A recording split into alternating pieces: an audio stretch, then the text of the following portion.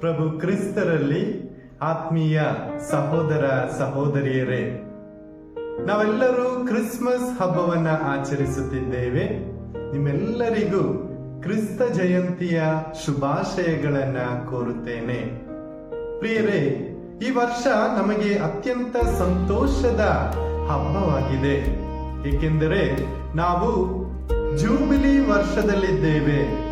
2025 ವರ್ಷಗಳ ಈ ಒಂದು ಜೂಬಿಲಿಯನ್ನ ಆಚರಿಸುವಾಗ ಭರವಸೆಯ ಯಾತ್ರಿಕರಾಗಿ ಪ್ರಭು ಯೇಸುವಿನ ಮೇಲೆ ನಮ್ಮ ಭರವಸೆಯನ್ನ ಇಟ್ಟು ಕ್ರಿಸ್ತ ಎಂಬ ಬೆಳಕನ್ನ ಹಿಂಬಾಲಿಸುತ್ತಾ ಈ ಕ್ರಿಸ್ಮಸ್ ಹಬ್ಬವನ್ನ ಆಚರಿಸುತ್ತಿದ್ದೇವೆ.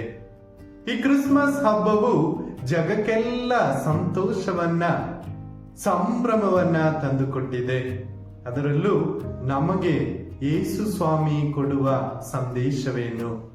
ಯೇಸು ಸ್ವಾಮಿ ನಮ್ಮೆಲ್ಲರನ್ನ, ಬಡವರನ್ನ ಪ್ರೀತಿಸಲು ದಿಲೆಕ್ಸೀತೆ ಎಂಬ ಆ ಪತ್ರದ ಮುಖಾಂತರ ಪೋಪ್ ಲಿಯೋರವರು ಎಲ್ಲರನ್ನ ಪ್ರೀತಿಸುವಂತೆ ಕರೆಯನ್ನ ನೀಡುವಾಗ, ಈ ಒಂದು ಗೋದಲಿಯಲ್ಲಿರುವ ಕ್ರಿಸ್ತ ಆ ಗೋದಲಿಯನ್ನೇ ಒಂದು ಪ್ರಪಂಚವನ್ನಾಗಿ ಮಾಡುತ್ತಿದ್ದಾರೆ.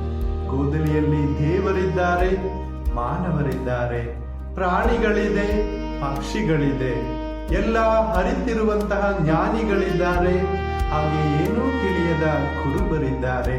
ಹೀಗೆ ಗೋದಲಿಯು ಎಲ್ಲರಿಗೂ ಇರುವ ಒಂದು ವಿಶೇಷ ಸ್ಥಳವಾಗಿದೆ.